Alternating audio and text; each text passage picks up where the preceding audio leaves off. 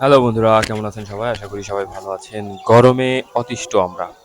আমরা বাংলাদেশিরা গরমে এত কষ্ট করছি তার কোনো ঠিক নেই। হয়তো ৩৭ থেকে ৩৫ ডিগ্রি সেলসিয়াস তাপমাত্রা থাকছে কিন্তু ফিল লাইক মানে মনে হচ্ছে যে ৪২ থেকে ৪৩ কি ৪৫।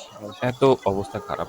কিন্তু এই যে মুরগিগুলোর অবস্থা দেখছেন, এই মুরগিগুলো কিন্তু খাওয়া-দাওয়াই ভালো করে করতে পারছে না।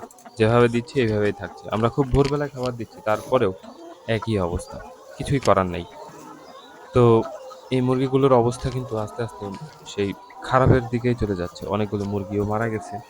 এখানে যে মুরগিগুলো দেখছেন এর মধ্যে প্রায় ২৪ থেকে ২৫ টা মুরগি কিছুদিনের মধ্যে মারা গেছে। আমরা ঠেকাতে পারি নাই। কারণ হিট স্ট্রোক এমন করে করছে যে আমরা বোঝার আগেই শেষ। আর সাথে, সাথে যে দেখছেন ডিম, ডিমের অবস্থা তো আরো খারাপ। ডিমগুলো দেখলে মনে হচ্ছে এত ছোট, ছোট ডিম মানে এগুলো আমরা সেল করব কিভাবে?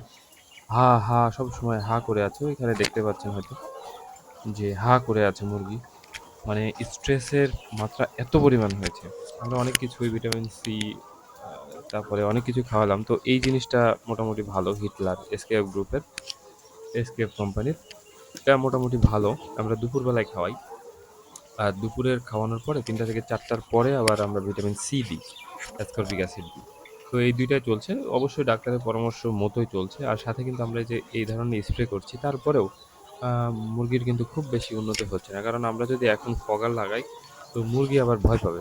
মানে এই যে উপরটায় উঠতে হবে। উপরের দিকে উঠলেই মানে অনাকাঙ্ক্ষিত কোনো কিছু হলেই কিন্তু মুরগি ভয় পায়। যেটা আরেকটা বড় সমস্যা হয়ে গেছে।